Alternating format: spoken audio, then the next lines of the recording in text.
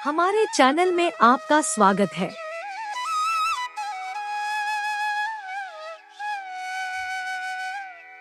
भगवान श्री कृष्ण ने हमें बताया है कि खाना 3 प्रकार का होता है जो हमारी आयु को प्रभावित करता है। पहला प्रकार ऐसा भोजन है जो विष की तरह होता है। इस तरह का भोजन हमारी आयु को कम करता है, रोगों को उत्पन्न करता है और हमें दुर्भाग्य में डालता है। हमें ऐसा भोजन कभी नहीं करना चाहिए।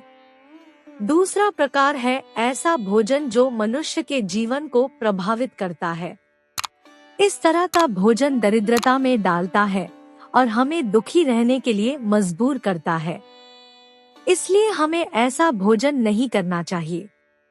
तीसरा प्रकार है ऐसा भोजन जो हमारे जीवन को सुख और समृद्धि से भर देता है। पुराणों में भी ऐसे कई प्रसंग मिलते हैं जहां लोग इस तरह का भोजन करके अपनी संपत्ति और सुख से नहाना पड़ा है। दोस्तों, हमारे पुराणों और शास्त्रों में मनुष्य के कल्याण के लिए कई महत्वपूर्ण नियम और सूत्र बताए गए हैं। आपको ज्ञात होना चाहिए कि हिंदू धर्म में पुराणों में ऐसी रहस्यमय बातें मिलती हैं जो हमें लंबी आयु का आनंद लेने में मदद कर सकती हैं। यह सब विज्ञान भी स्वीकार करता है। प्राचीन काल में ऋषिमुनियों ने हजारों वर्षों तक जीवित रहकर वृद्धावस्था को प्राप्त किया था। उनके पीछे जो जीवन शैली और सूत्र थे, उनका वर्णन पुराणों में मिलता है। हम आपको इस बारे में बताने जा रहे हैं। हिंदू धर्म में 18 महापुराण है और उनमें से एक गरुड़ पुराण बहुत महत्वपूर्ण माना जाता है। गरुड़ पुराण में समस्त ऋषियों का ज्ञान संग्रहित है और भगवान श्री कृष्ण और गरुड़ जी के बीच संवाद भी लिखा गया है। इसमें भगवान श्री कृष्ण ने गरुड़ जी को जीवन और मृत्यु के संबंध में बहुत महत्वपूर्ण ज्ञान दिया है। इसके साथ ही यह जानना भी बहुत आवश्यक है कि मनुष्य का जन्म कैसे होता है। आइए हम जानते हैं कि पाप और पुण्य क्यों किए जाते हैं और इसके बाद कौन सी सजा मिलती है।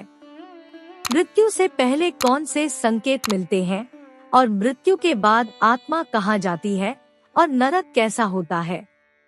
भगवान श्री कृष्ण ने गरुड़ जी को इन विषयों पर ज्ञान दिया है। इसके साथ ही उन्होंने गरुड़ जी को गृहस्थ जीवन के संबंधी आचार, भोजन संबंधी नियम, स्नान और अन्य कार्यों की विधि और विभिन्न रोगों के उपचार के बारे में भी बताया है। आज हम आपको इन गरुड़ पुराण और विष्णु पुराण जैसे ग्रंथों में बताए गए भोजन के महत्वपूर्ण नियमों के बारे में बताने जा रहे हैं। आइए जानें कि प्रत्येक मनुष्य को किस तरीके से भोजन करना चाहिए। भोजन करने से पहले हमें किसी विशेष मंत्र का उच्चारण करना चाहिए क्या? भोजन का त्याग करना और किन अशुभ भोजनों से बचना चाहिए और भोजन का किस तरीके से करना चाहिए? ये सब सवाल आपके द्वारा उठाए गए हैं। भगवान श्री कृष्ण ने इन सभी मुद्दों पर उपदेश दिया है। भगवान श्री कृष्ण के अनुसार इस संसार के हर जीवी को अपने शरीर को चलाने के लिए भोजन करना अनिवार्य है। भोजन ही से मनुष्य को ऊर्जा प्राप्त होती है और उसके शरीर को शक्ति मिलती है। भोजन से ही बल, वीर्य, बुद्धि, तेज आदि प्राप्त होते हैं। इसलिए मनुष्य को नित्य भोजन करना चाहिए। लेकिन भोजन करते समय हमें शास्त्रों में बताए गए महत्वपूर्ण नियमों का पालन भी करना चाहिए। शास्त्रों में बताए गए नियमों के अनुसार भोजन करने वाला मनुष्य दीर्घायु हो जाता है। इसके साथ ही उसे सुंदर रूप की भी प्राप्ति होती है। श्री कृष्ण ने गरुड़ जी को 3 प्रकार के भोजन के बारे में बताया है जो मनुष्य कभी नहीं खाना चाहिए। ऐसा भोजन मनुष्य के शरीर में रोग उत्पन्न करता है, उसके शरीर को क्षीण और कमजोर बनाता है। ऐसा भोजन व्यक्ति को जवानी में ही बूढ़ा दिखाई देने लगता है, जैसा कि श्राप के समान होता है। भगवान श्री कृष्ण के अनुसार ऐसा श्रापित भोजन केवल प्रेतों के लिए होता है। यदि मनुष्य भूल से ऐसे भोजन को ग्रहण कर लेता है तो कम समय में ही मृत्यु को प्राप्त हो जाता है। भोजन शुरू करने से पहले मनुष्य को हमेशा अपने 5 अंगों को साफ करके ही भोजन करना चाहिए।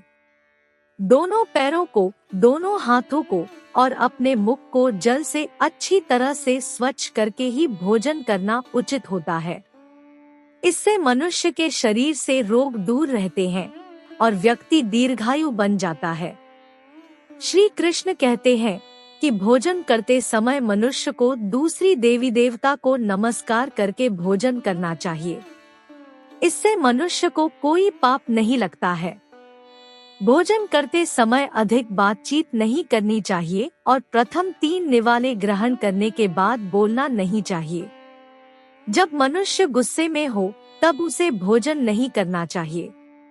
रोते हुए या हंसते हुए भी भोजन करना अनुचित होता है, क्योंकि इससे शरीर में विकार उत्पन्न होते हैं। मनुष्य को शांत मन से ही भोजन ग्रहण करना चाहिए। भोजन करते समय शोक नहीं करना चाहिए और भोजन के लिए गलत बातें नहीं कहनी चाहिए। भोजन बनाने वाली स्त्री का कभी अपमान नहीं करना चाहिए, क्योंकि वह माँ अन्नपूर्णा नाराज हो जाती है।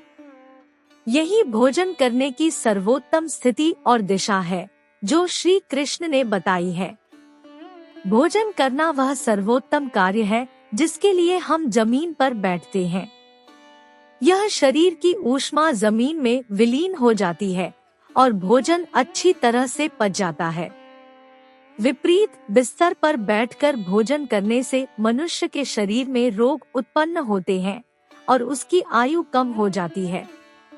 साथ ही दहलीज पर बैठकर भोजन करना अनुचित होता है, क्योंकि इससे देवी लक्ष्मी रूठ जाती है। हमेशा हथेली पर रखकर या चलते हुए भोजन करने से मनुष्य के जीवन में दरिद्रता आती है और उसके धन का नाश हो जाता है।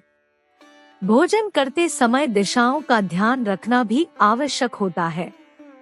हमेशा दक्षिण दिशा में मुख करके भोजन नहीं करना चाहिए। भोजन करने की सर्वोत्तम दिशा पूर्व और उत्तर ही मानी गई है। इस दिशा में मुख करके भोजन करने से उत्तम स्वास्थ्य की प्राप्ति होती है। बीमार व्यक्ति को पूर्व की ओर मुख करके भोजन करना चाहिए, क्योंकि इससे शरीर के अंदर के विकार नष्ट हो जाते हैं। भोजन के 3 प्रकार होते हैं।